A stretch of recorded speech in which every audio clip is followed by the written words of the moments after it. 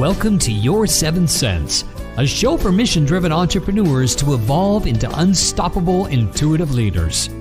Listen to Terry and her guests as they share stories of being powered by angels and intuition to achieve their success. Now, let's unlock the power in you with your host, Terry Wildeman. Welcome, everyone, to this episode of Your Seventh Sense. This is a bonus episode with my dear friend Joe Nunziata. The season has technically ended, but something kept nudging me. And, with all of these episodes, I keep talking about listening to the nudge. So I listened to the nudge, and I asked Joe to join me for one last episode in season number 1 to share with you about a very powerful topic that all of us who are entrepreneurs and who are leaders in organizations who lead sales teams really need to hear. So the topic is called spiritual selling, based on his book that was published in 2007, 2008, was it, Joe? 2007, okay. And actually, it's the book that brought the two of us together. So Joe is just this amazing person who I've been interacting with since 2007 because I couldn't get my hands off the book. It was just absolutely brilliant. And together, I think you are going to see a very dynamic show, or listen to a very dynamic show if you're listening to the podcast.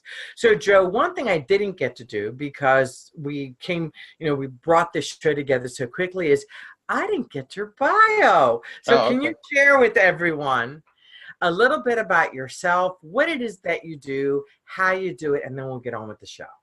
So thank you, Terry. It's always great to see you. And obviously we know each other so many years and are so aligned in our energy. But, I right now, I work with, it's funny because I work with energy and I help people heal and clear their energy.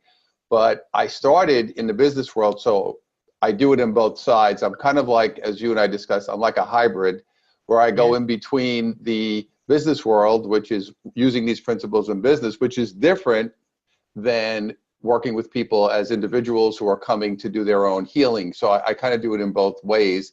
And for me, I'm originally from Brooklyn, New York, and now I live in lovely Southern California with my beautiful wife. But I started in Brooklyn. I was, my dad was a cop. He died on the job when I was 12, which was, of course, a traumatic event. Chaotic life, a lot of ups and downs, felt a lot of guilt and identity and responsibility and pressure. I was the oldest. I'm Italian in this lifetime. I always say I got the food and I got the guilt. So I got both sides of it. And I got, you get the whole thing. And, really struggling, was always a person, I didn't like school, but I did like learning about business and success. And, I early on started reading books and listening at that time. I'll date myself because we're old enough to remember tapes. We used to get actual audio tapes, and now we don't even have CDs anymore. We don't have anything.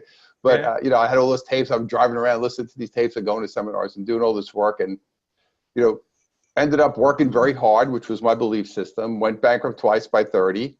And right before the second bankruptcy, a few years prior, I started to go to therapy because I said, whatever I was, because I was doing all the stuff, working really hard, putting in a lot of hours, goal setting, manifesting, blah, blah, blah. And, it was helping, but I just wasn't getting forward. And finally, I said, I need to find, it was not my first place to go. It wasn't something that was in my, culturally in our family to go to therapy. And I did that.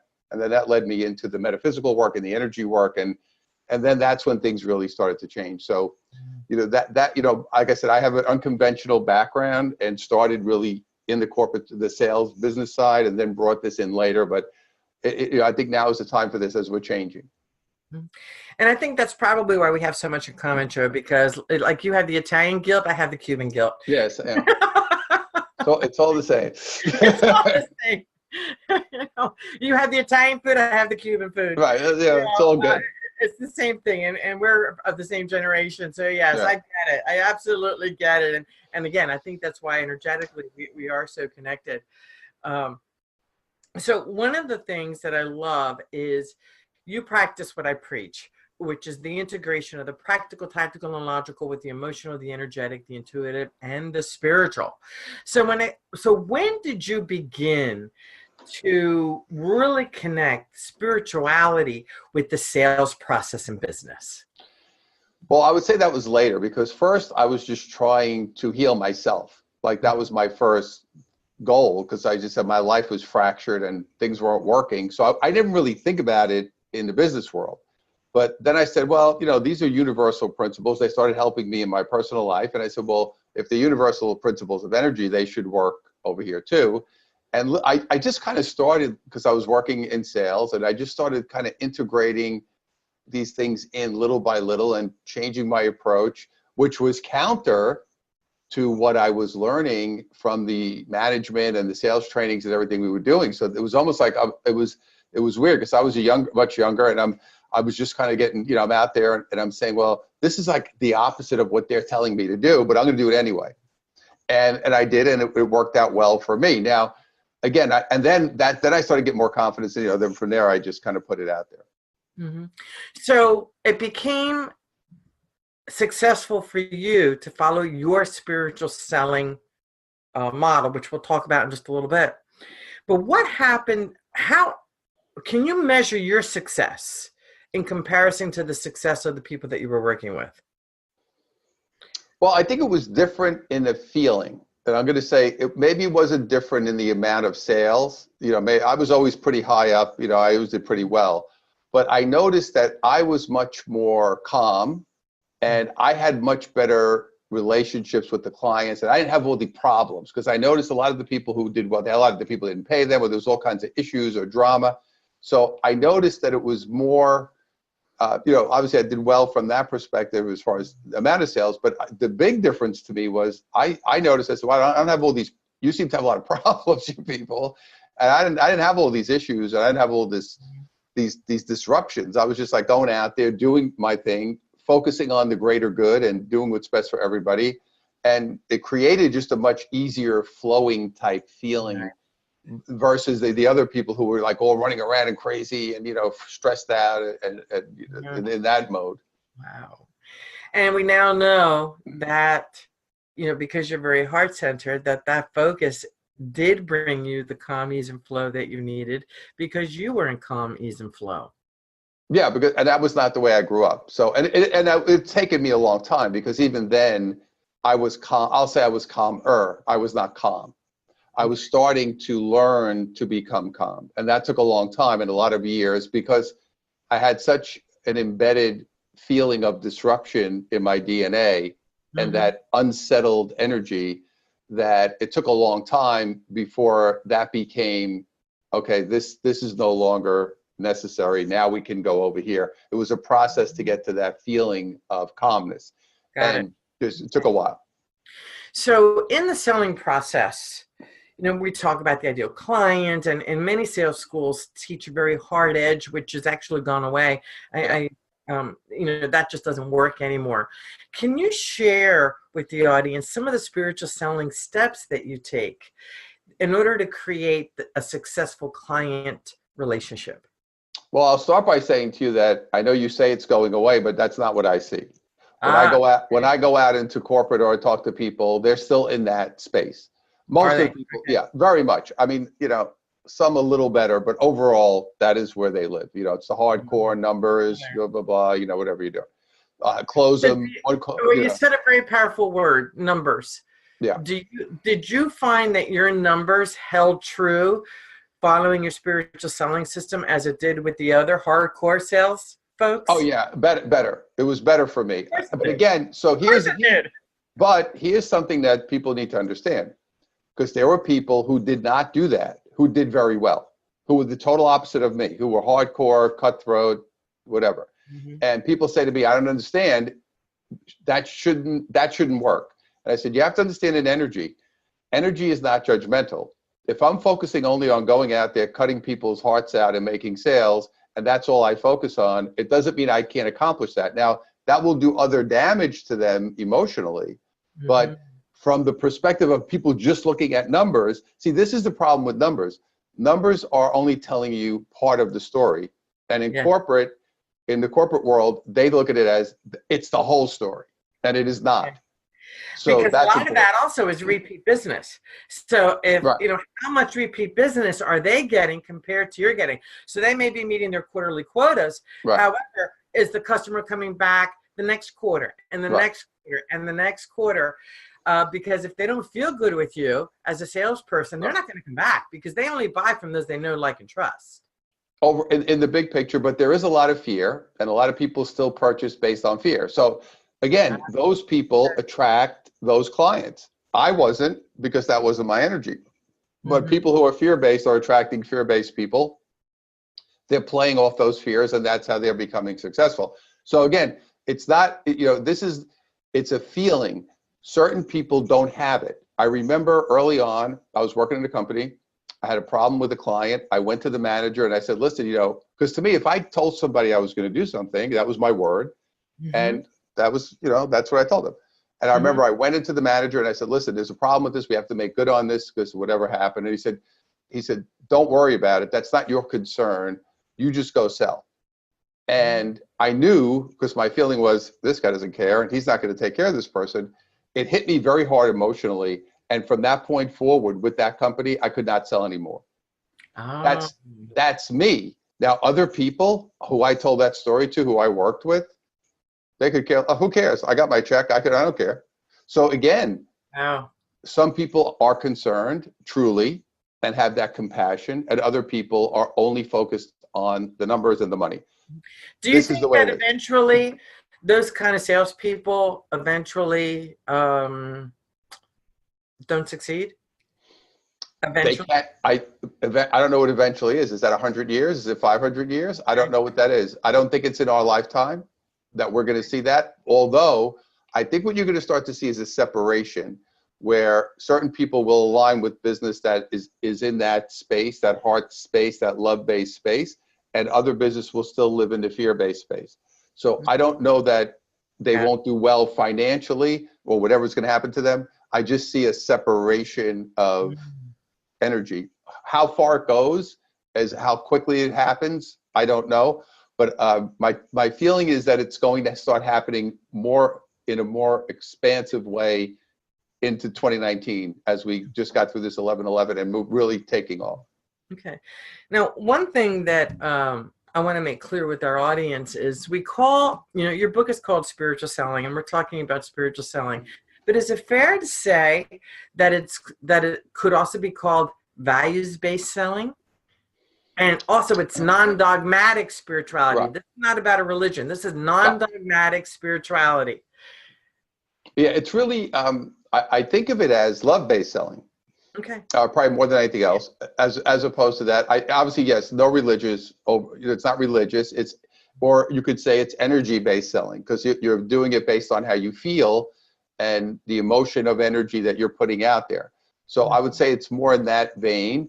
It's not religious, although a lot of people do ask that question because that's kind of the connotation to spirituality, that it's religious, and it isn't. So yeah, it's in that vibration of saying, I'm out there. See, there are three things that I always focus on with people. I said there's three keys for you to be successful in this sales world if you want to be in the spiritual side, which is you're here to serve, you're here to share your gifts, and you're here to prosper. So if you stay in those three and say, but the first one is I'm here to serve. Yeah. So if I'm serving and I'm sharing, and then I should be prospering. But now again, I run into a lot of people who do the first two but can't receive the money. So then we run into that issue to say, well, hey, I'm serving. I feel like I'm helping people or I'm doing something positive. I'm sharing what I'm doing, but I'm not prospering. You're not prospering because there's some other emotional issue that is not allowing you to receive for the work. So that's another piece of the puzzle that we have to deal with if we want to live in this space and be successful. Got it. So it really is about allowing ourselves to receive. And if we're constantly giving and giving and giving and giving, and they're not in that receiving space, we're not going to be able to attract the money that we want. Is that true? Yeah, and it's the feeling. What I always ask people is, how do you feel? See, because here's what happens. I'll watch people do a presentation and they'll be excited and they'll be into it and you could see the passion they have for it. And then we get to the price and everything changes. And their energy completely changes. Completely. It's like you can see it. It's an actual physical experience. And you can hear it. Oh, you can hear it. On webinars, you can definitely hear it. Yeah. You can just see it, you can feel it, you can hear it. So everything changes. So what's happening is at some point they lost that momentum. So I always say to people, don't go there trying to sell anything. And they said, well, what do you mean? I said, no, you don't have to sell anything. I said, you just share it. You talk about it. You say, this is what it is. This is how it works. This is how much it is. You just kind of go, you don't go there with the idea that you're selling it, because it changes your physiology. It changes your mindset. It changes your energy. So go there with no expectation and just go to show them what you're doing and just let it go where it goes. And so it's speak from the heart. Yeah, I'm sharing what I'm doing. Hey, let's see, and go. See, the problem is also in sales. We are we get trained, and for those of us who went through training and going through corporate, especially, you're supposed to get everyone. You're not supposed to. You're supposed to go in there and close them and do what you got to do. So it's kind of like to go in there and say, I'm just going to go in there and remove the expectation. It changes everything. Because now I'm not going in there with it. I'm just going there because I'm going to say, hey, if it's meant to work out, it will. And if it isn't, it won't. But that's trusting the universe and trusting, if you want, whatever you want to call it, to say, I'm going to trust that if I put this in front of the right people, it's going to work out. And the people who should not work with me will not. And that's okay. As you're speaking, I'm thinking of a situation that happened about 23 years ago. Being a military spouse, and a businesswoman first, and then marrying my husband, who was a naval officer. We traveled a lot. So what I did as a businesswoman is the very first thing I did was go to the chambers and join the chambers of commerces to grow the business wherever it is that we were at.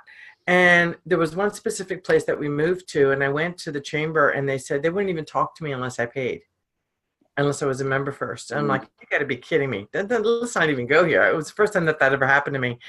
And then I went to another chamber in the same state, and these people, they never asked for a dime. Because they knew I was new to the state, they knew that it was a little bit of a challenging state to work in, et cetera, et cetera. I spent 6 hours with these people. Each meeting was like 2 hours. Never once did they ask for a dime from me. And in the third meeting, I just pulled my credit card out and I said, I want to be a member of this chamber. And it was because they didn't look at me with dollar signs. They looked at me as a valuable contributor to the business community and wanted to help me as a new resident of the state. And they sold me. I mean, so again, they didn't have to ask for money from me. I gave it graciously because I wanted to, because of the way I was treated. So again, they sold you without selling you. Exactly. That's what I'm saying. Yeah. Exactly. Yeah. Whereas the first one wouldn't even talk to me unless I became a member first. I'm like, hey, you got to be kidding me. So yeah, no, that wasn't the way I wanted to do things. And it really taught me an awful lot. I was like, wow, this is what I want. And as a result, the woman who enrolled me in that chamber, my first book was dedicated to her. There you go. 1-800 Courtesy was dedicated to her because she was just so magnificent. She really was. So yeah, I really believe that if those of us who are in the sales process, and we're all in sales, are we not? Yeah. Every single one of us are in sales in one way, shape, or form. A lot of times we hear the word sales, and you need to go into sales, and we get very tight. But what we fail to recognize is that we are selling in the workplace. We are selling to our bosses. We are selling to our coworkers. We are selling to our families. We are selling constantly. Is that true? Well, listen, you're selling to get a date. You're selling to, you're selling your parents when you're a kid to stay out an hour late. It's all selling, right?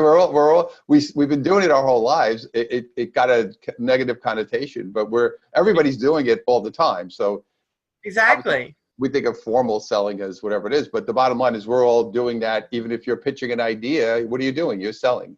Exactly. It's the same thing. So do you have 3 steps you can share with the audience to help them with their spiritual selling? So the first step is really understanding yourself. And I think this is where we get too caught up in the externals of the website, and not to say you shouldn't have this stuff, the website and the presentation or whatever it is that you're doing. But the main thing is really understanding how you feel. So how do you feel when you go out and talk to people about what you're doing?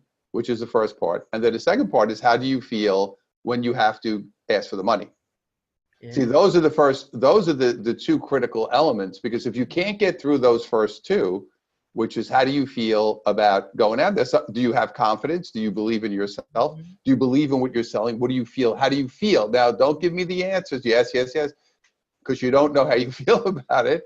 And then you get to the money part, then say, how do you feel? And then the third part is, I always want to work on my expertise and my everything else that I do. I work on my presenting. I want to work on, improving what I'm doing. Great companies, great people in general who are extraordinary people are always improving what they're doing.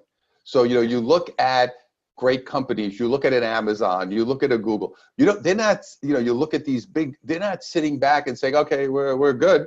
The companies that did that are out of business.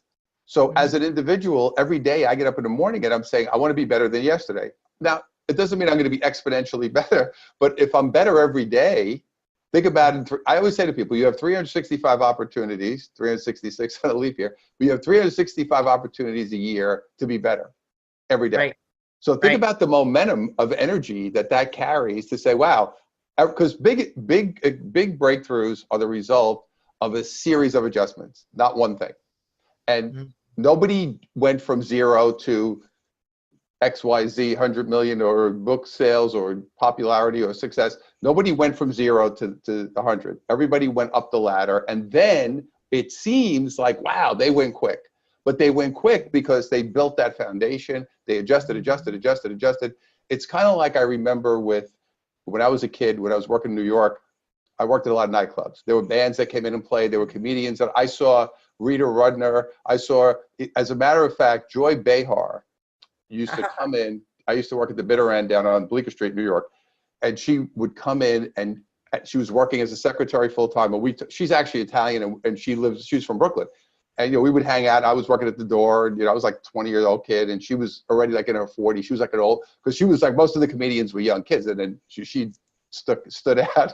So I kind of went out of my way to kind of talk to her because I knew she was kind of out of place. But she was very nice to me. We would talk, and every week, Tuesday night was the night to come in and work the material. And you saw these people, and all of a sudden they're on TV, and you're like, wow, where'd they come from? You don't realize that it was, all these hours. They talk about the Beatles playing for years in these dumpy little clubs and getting better and changing things. So and then all of a sudden when it happens, it seems like that, but that's not what happened. Overnight.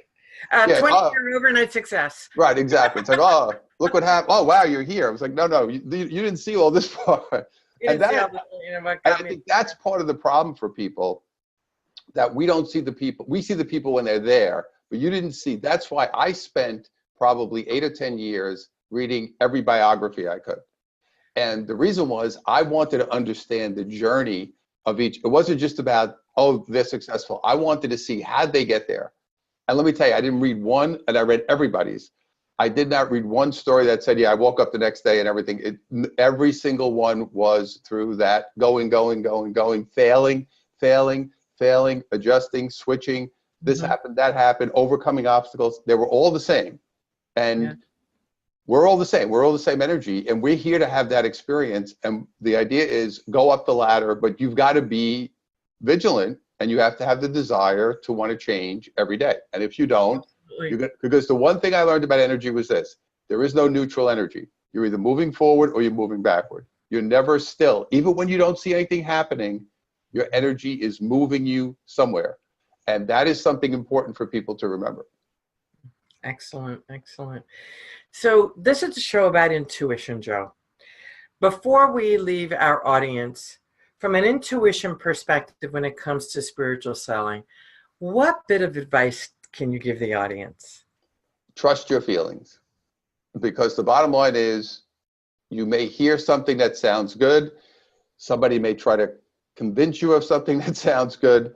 Trust your gut. And I will tell you now, if you talk to every person and they're honest, and they will say, every time I went against that feeling, it didn't go well.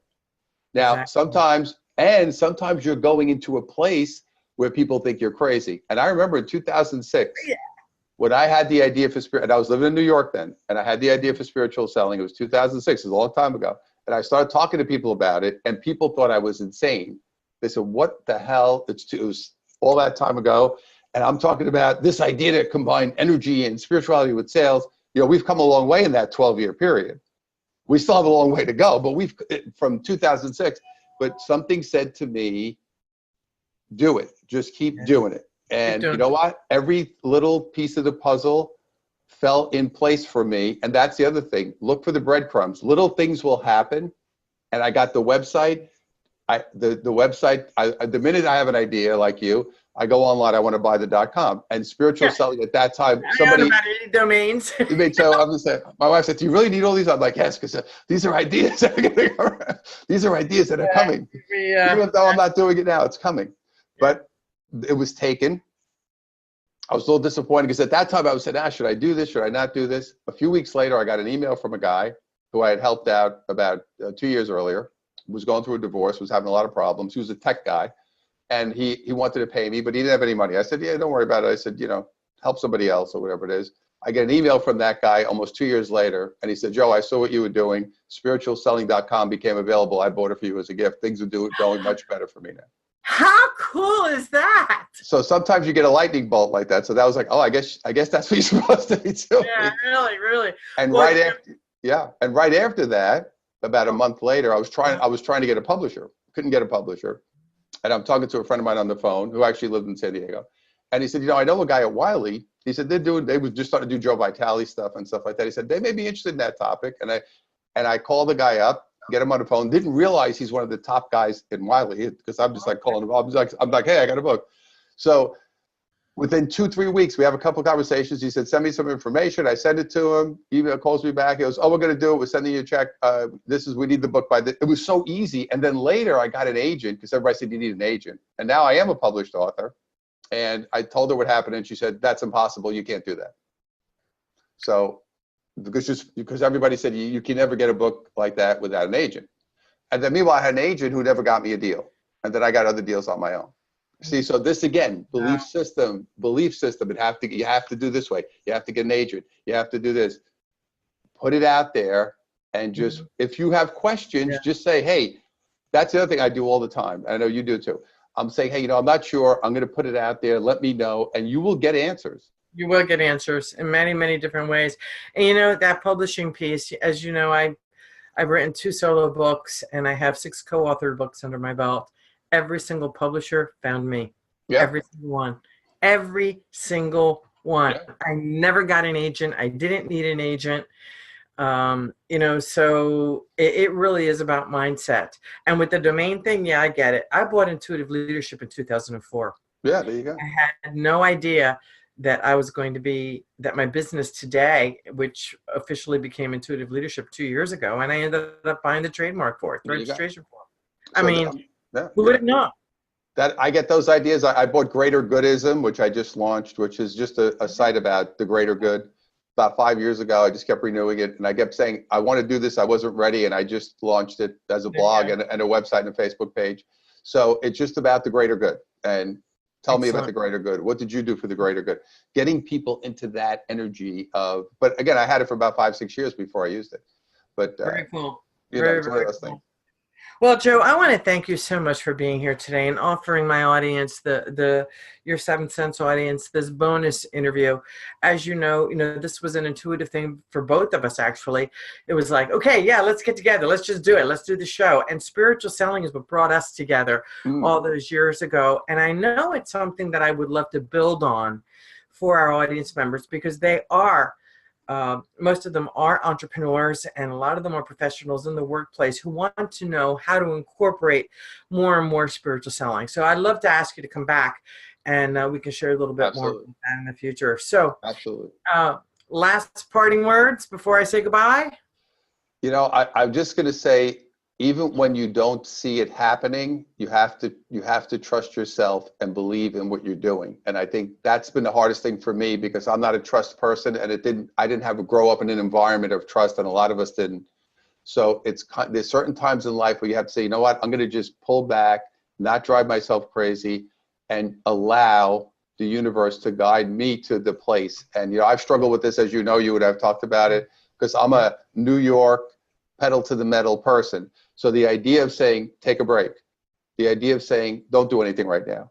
The idea of saying, it's okay to not be productive for a couple of days, whatever that means, productive in my mind, which is doing a million things. So that is the, trust that inner voice. And then when something comes and you're ready, then you ramp it up, and then you put that pedal to the metal, and then you do what you have to do.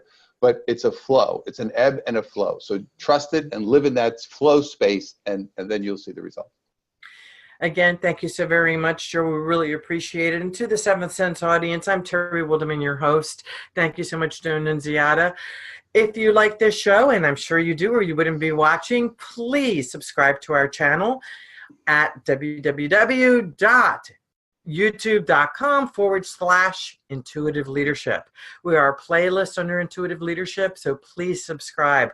We can get all the subscribers that way. We really are looking for subscribers to build this channel up and to share the wonderful messages of these brilliant entrepreneurs who come on this show and share how intuition and spirituality have assisted them in creating the success that they now have. So again, have a brilliant holiday season. We are going on hiatus. You'll be getting reruns of the last 14 shows and this bonus episode with Joan Nunziata. To your success. See you next time.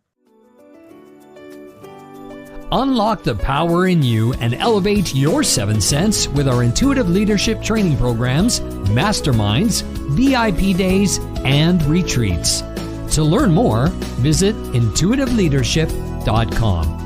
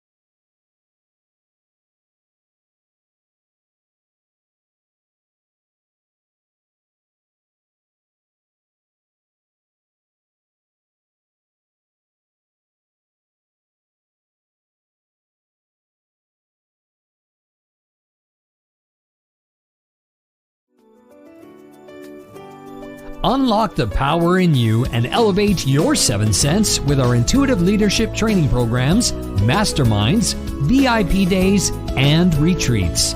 To learn more, visit intuitiveleadership.com.